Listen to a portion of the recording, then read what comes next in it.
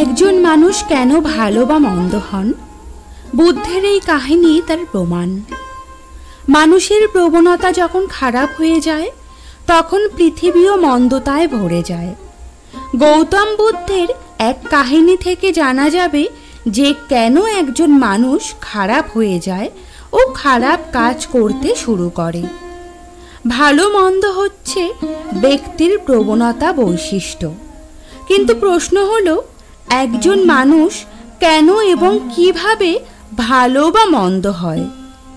একই সঙ্গে আরও গুরুত্বপূর্ণ বিষয় হলো কিভাবে একজন ভালো মানুষ হওয়া যায়। আজ পৃথিবীর সর্বত্রই শুধু মন্দ, দাঙ্গা, মারামারি, খুন ও অপরাধমূলক কর্মকাণ্ডের খবরের কমতি নেই। এর কারণ হলো মানুষ খারাপ হয়ে যাচ্ছে। মানুষের প্রবণতা যখন খারাপ হয়ে যায় তখন পৃথিবীও মন্দতায় ভরে যায়। গৌতম বুদ্ধের এক কাহিনী থেকে জানা যাবে যে কেন একজন মানুষ খারাপ হয়ে যায় ও খারাপ কাজ করতে শুরু করে। এই বিশেষ কাহিনীতে আপনি কিভাবে একজন ভালো মানুষ হয়ে উঠবেন তাও জানতে পারবেন, এবং জানতে হলে অবশ্যই কিন্তু ভিডিওটি স্কিপ না করে পুরো ভিডিওটি দেখতে হবে। তবে শুরু করা যাক। এক গ্রামে এক চতুর চোর ছিল। সেই চোরের কুকীর্তির কথা গোটা গ্রাম জানত, কিন্তু তা সত্ত্বেও তাকে কেউ ধরতে পারেনি কখনো। সেই দুষ্টু চোর সারা জীবন চুরি করে কাটিয়ে দেয়। শুধু তাই নয়, আশেপাশের গ্রাম ও শহরে তার সমকক্ষ কোনো চোর ছিল না। এমনকি দুষ্টু চোরের ছেলেও চোরে পরিণত হয়। ওই চোরের একটা ছেলে ছিল যাকে সে নিজের মতো দুষ্টু চোর বানাতে চেয়েছিল। তাই তিনি তার ছেলেকে সব সময় বলতেন যে কোনো সন্ন্যাসীর প্রচারে কখনো কান দেবে না, কেউ কিছু বললে কান বন্ধ করে সেখান থেকে পালাও।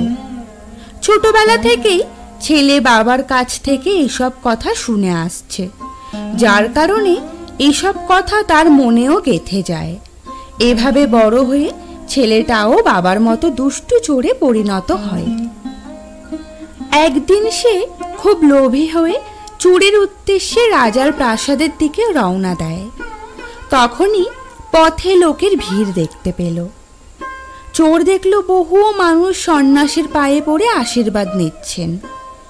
সেই সন্ন্যাসী আর কেউ নন, স্বয়ং গৌতম বুদ্ধ। চোর তার বাবার কাছ থেকে শিখেছিল বলে সন্ন্যাসীদের থেকে দূরে থাকত, কিন্তু ভগবান বুদ্ধকে দেখে তার প্রতি আকৃষ্ট হয়। এর কারণ এই যে তিনি প্রথমবারের মতো একজন উজ্জ্বল ব্যক্তির দর্শন পেয়েছিলেন। হঠাৎ তার বাবার কথা মনে পড়ে যে ঋষিদের এবং তপস্বীদের থেকে দূরে থাকতে হবে। চোর সন্ন্যাসীর কাছে যাবে নাকি চুরি করতে যাবে তা নিয়ে দ্বিধায় পড়ে যায়। হঠাৎ তার মনে প্রশ্ন আসে, বাবা কেন ঋষি সাধুদের থেকে দূরে থাকতে বলেছেন? উত্তর জানতে সেই চোরও মানুষের মাঝে বসে ভগবান বুদ্ধের বাণী ও কথা শুনতে শুরু করে। বুদ্ধ মানুষকে মিথ্যা কথা ও বিশ্বাসঘাতকতা সম্পর্কে বেশ কিছুক্ষণ ধরে কথা বলে। জীবনের দিশা ও বাণী শোনা শেষ হলে সবাই যার যার ঘরে ফিরে যায় এবং চোরও চুরি করতে রাজপ্রাসাদে চলে যায়। কিন্তু সারাটা পথ সে ভাবতে থাকে যে সেই সন্ন্যাসীর ধর্মোপদেশে বলা কথাগুলো কেন একবারের জন্য বিবেচনা করা যায় না। এভাবে চুরি করতে রাজপ্রাসাদের দেওয়ালে ঝাঁপ না দিয়ে সে প্রাসাদের গেট দিয়ে প্রবেশ করে। তাকে দেখে প্রাসাদের দারোয়ানরা তাকে থামিয়ে ভেতরে যাওয়ার কারণ জিজ্ঞাসা করে। চোর বলে, আমি চোর, আমি রাজপ্রাসাদে চুরি করতে যাচ্ছি। তার কথা শুনে দারোয়ানরা হাসতে থাকে ও বলে সে নিশ্চয়ই রাজপ্রাসাদের চাকর বা সেবক, তাই তাদের সঙ্গে মজা করছেন। এই ভেবে তারা তাকে প্রাসাদের ভেতরে প্রবেশ করার অনুমতি দেয়। যার লবণ খাওয়া হয়েছে তার সঙ্গে কখনো বিশ্বাসঘাতকতা করা উচিত নয়। রাজপ্রাসাদে যাওয়ার পর চোর ধন সম্পদ সম্মিলিত খিলানের কাছে পৌঁছে ভল্ট ভেঙে টাকা পয়সা ও গহনা বান্ডিলে ভরে পালাতে শুরু করে। তখনই তার চোখ পড়ে রাজপ্রাসাদের রান্নাঘরের দিকে। রাতের কারণে রাজপ্রাসাদের সকলেই ঘুমানোর ফলে রান্নাঘরে কেউ থাকে না। এদিকে চোর ছিল খুব ক্ষুধার্ত, তাই রান্নাঘরে গিয়ে অনেক খাবার খেয়েও নিল সে। এরপর খাওয়া দাওয়া করে সেখান থেকে চোর চলে যায়। এই কারণেই বুদ্ধের উপদেশ শোনা দ্বিতীয় কথাটি তার মনে পড়ে যে যার লবণ খাওয়া হয়েছে তার সাথে বিশ্বাসঘাতকতা করা উচিত নয়।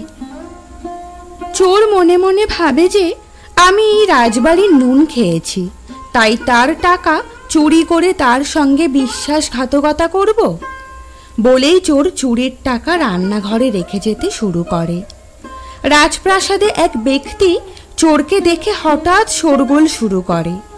পরবর্তীকালে সেই চোরকে পাকড়াও করে রাজার কাছে নিয়ে যায়।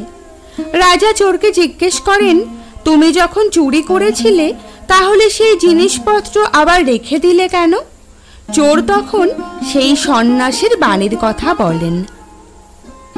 রাজা চোরের কথায় মুগ্ধ হয়ে যান। রাজা চোরকে বলেন, ছোটবেলা থেকে এমন শিক্ষা শুনলে কখনো চোর হতে পারতেন না। এই কথা বলে রাজা তাকে শাস্তি না দিয়ে চলে গেলেন।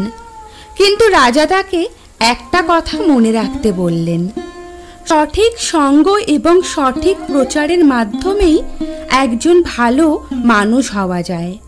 ছোটবেলা থেকেই ভুল সঙ্গ ও ভুল শিক্ষা পেয়ে সে খারাপ মানুষ হয়ে যায়। পরিবার এবং প্রচার একজন ব্যক্তির জীবন পরিবর্তন করে।